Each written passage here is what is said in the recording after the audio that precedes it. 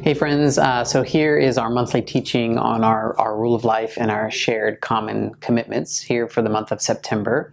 And this is also the month that we are welcoming new novices into their novitiate experience. So over the course of this month, our new novices will either be preparing for the spiritual exercises of St. Ignatius this fall, beginning in October, or preparing for their novitiate to begin with a focused course of study. And either way, we'd love for you to consider keeping our novices in prayer as they come to your mind over this next season. So we'd love for you just to be praying for them as they come to mind. And one more sort of announcement. Many of you are actually finishing up or have finished up the spiritual exercises retreat over this past year as part of your own novitiate experience. And we'll begin transitioning you into a course of study. And so if that's you, if you're finishing up the exercises or you've already finished and you haven't been able to schedule a call with me about that course of study, that's really your next step. And we'd love for you to do that no later than this month, if possible. Lastly, you might be in the middle of your course of study that you've already begun as part of your novitiate, and you might just actually need a little bit more direction. There's been several things that we've been trying to get to over this past year, and several things where we recognize that there's a need for us to give a little bit more attention and a little bit more time building out some of our process and some of the structure of our connection with one another. And one of the main areas that we see that we need to lean into from an organizational structure point of view is actually this place of course of study. And so in this next round of folks going through their course of study, we're going to try to do some things and to give a little bit more attention. So if you've been in a course of study and you felt a little bit out of the loop of what you should be doing, or you'd like a little bit of feedback or some direction, we're going to be working on some of that process over this next year. And I'm committed personally to providing some greater clarity and leadership around that course of study within the novitiate process over this next year. So we're trying to get to all of the things, and that is one of the things that we're going to be getting to over the next 12 months. Okay, so this month we're going to be leaning into a conversation and reflection around our commitment to the practice of discernment within community. And as usual, I'm going to say just a little bit here just to get us going and to give you some context for why this commitment is so important. And then we're actually going to try something a little bit different. I'm also going to interview Sister Heather, who has made discernment actually part of her own course of study, a key part of her course of study over the past couple of years. And this is actually how the course of study is meant to work, by the way. We're trying to help people dig deeper into specific commitments from our rule of life and to sort of marinate in some of the material that could help expand one's practice of that commitment or one's understanding of how to pray through resistance against this thing or that thing in our rule of life. And Sister Heather, who's one of our vowed members, she has spent a number of years really leaning into the practice of discernment within community. And I wanted to just host a conversation with her to hear a little bit more of her story around discernment in community and how that has been something that has been growing in her. Because I think one of the best ways for us to help really everybody understand what it is exactly that we're asking each of us to commit to within this part of our rule of life is to hear it sort of unfold in the story. And specifically, Heather's story is really great as it's an example of how the consistent leaning into a commitment has really shaped her life, her habitus around discernment within community. So we'll post that as a separate audio, actually. So friends, our commitment within our rule of life begins like this. We believe God is speaking through the Holy Spirit in a variety of ways. We're committed to intentionally listening to God's invitation in our lives and responding to that invitation, whatever the cost. We also commit to vulnerability and honesty in our close, safe, and trusted relationships, recognizing that God's invitation to us often comes through the voice of another. Our commitment to obedience is a commitment not to ignore or discount God's invitation or challenge to us, especially when it's confirmed by a community that knows us and has been prayerfully listening with us. So let me just zero in on some really basic ideas here from the text of our rule of life. First, we believe that God is speaking to us. I mean, this is just a really basic idea of understanding that everything else really relies on. And second, we believe that we can grow in our capacity to discern the voice and the leading of God in our lives. And third, we believe that much of this growth happens in relationships with other people.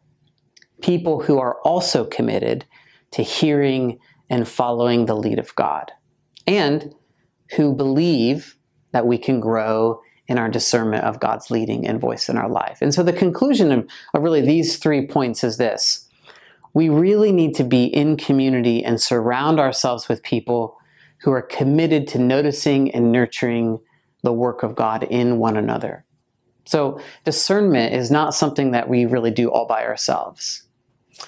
So friends, I've been reading through the book of Acts over the past several months, and one of the things that I noticed throughout the book of Acts is how committed God is to leading his people through the Holy Spirit in really a variety of ways. And one of the things that God has really highlighted to me over this past season in my reading of the book of Acts is how often that one of two things happens. First, this happens all of the time, that God sends someone to another person to deliver a message. And then secondly, the thing I really notice is that God brings people together to hear from one another and work together to follow the lead and the guidance of God. These two things are happening all the time in the book of Acts. And both of these involve a sense of discernment being practiced within community. And we sort of see it unfold in the book of Acts. There's so many ways that our cultural assumptions around individuality and personal responsibility inform how we think about our life with God. I don't know if you've thought much about this, but specifically, how we think about personal responsibility and individuality culturally, it sort of tends to assume that most of our thinking and processing about our life and our decisions will primarily be done alone. And listen, of course, there's many inconsequential decisions that we navigate in our daily life. We don't need to bring people in on the things that don't really bear a lot of weight on our lives. Like mostly, these kinds of decisions, the ones that don't really bear a lot of weight, are decisions that don't really impact other people. But if you take a step back and you think, there's a lot of decisions that we make that do impact people. There are other decisions around discernment, around our work, or about how we might spend our time or our money, or about the kinds of things that we take on in our life that fill our calendar, for example, or other things that we might need to lay aside because our schedule is too full and we have different responsibilities. Like most people are making some really weighty decisions in their life, really without much consultation. And there's really isn't a lot of framework within how we think about these kinds of things in a faith community that enables people to learn how to bring these decisions into discernment with other people, to help us maybe see what we cannot see, and to name what we're unable to name about the work of God in our own life. There's just things that we are inattentive to. And the practice of discernment is the intentional cultivation of seeing and hearing the ways that God is speaking to us. And doing that in community is the practice of building a group of people around you that can help you in these moments, that you can lean on to help you see things that you might not be able to see about your situation or about yourself, and to listen for God's leading in your life alongside of you. So what we're trying to cultivate within this commitment is the understanding that we're not actually meant to act in our life with total autonomy. Like there's some degree of interdependency in our life, and all throughout the church actually, and particularly in the book of Acts, as we see the way of Jesus begin to get fleshed out in community, what we see is that people are making decisions not just with their own life in mind, but also with others in mind, like how this is going to impact other people. And this early church tradition gets picked up more particularly within the monastic stream. We see men and women sort of working together to discern what God is doing among them and in them, and being able to reflect that to one another. There's a willingness to allow the shape of one's life to be influenced by the perspective and sometimes the constraints that others might place upon you in community. And lastly, we haven't talked a ton about this, but I hope to bring more of this forward, is that within the practice of discernment in community, there's a kind of asceticism. And remember, asceticism just means spiritual training. There's a spiritual training that is happening in our lives when we practice discernment within community, when we bring other people into our life, when we ask them to speak into our life and to help us hear from God. And asceticism generally has really two parts that work together. There's the practice of giving something up, or renunciation. So think with me about fasting, for example. There's a giving up of the comfort of food in that ascetic practice. But then there's also within asceticism a taking on of something else. So again, in the practice of fasting, because that's pretty familiar to some people, when one gives up food for a period of time, it's usually in order to take on a greater focus of prayer. So that's sort of how asceticism works. There's a giving up and there's a taking on. There's a setting aside and a taking up. And the practice of discernment within community, in the way this relates to asceticism, is what we're setting aside is the power that we get from being in full control of our lives and our decisions. We set aside that power by letting others in on our thinking and inviting others into some of the things that we might be navigating.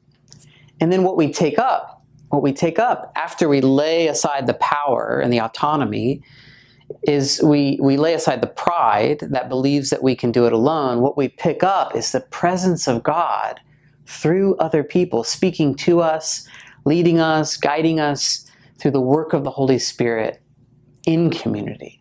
Right? And this process of laying aside and taking up, it makes a ton of room for loving one another and practicing our love towards one another. So this is a lot that we could talk about, and I want to talk a little bit more about the way that this commitment really engenders us towards love for one another.